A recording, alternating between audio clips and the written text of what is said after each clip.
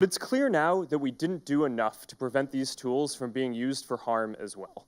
And that goes for fake news, for foreign interference in elections, and hate speech, as well as developers and data privacy.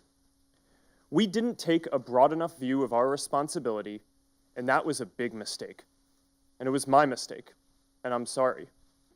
One of my greatest regrets in running the company is that we were slow in identifying the Russian information operations in 2016. We expected them to do a number of more traditional cyber attacks, which we did identify and notify the campaigns that they were trying to hack into them, but we were slow at identifying the type of new information operations.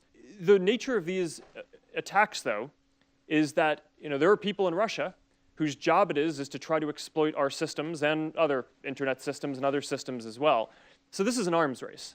I mean, they're going to keep on getting better at this, and we need to invest in keeping on getting better at this too, which is why one of the things I mentioned before is we're going to have more than 20,000 people by the end of this year working on security and content review across the company. After the 2016 election, our top priority was protecting the integrity of other elections around the world.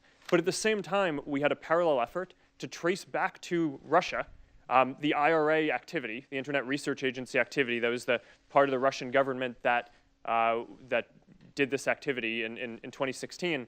And just last week, we were able to determine that a number of Russian media organizations that were sanctioned by the Russian regulator were operated and controlled by this Internet Research Agency. So we took the step last week. There was a pretty big step for us of taking down sanctioned news organizations in Russia as part of an operation to remove 270 fake accounts and pages, part of their broader network in Russia.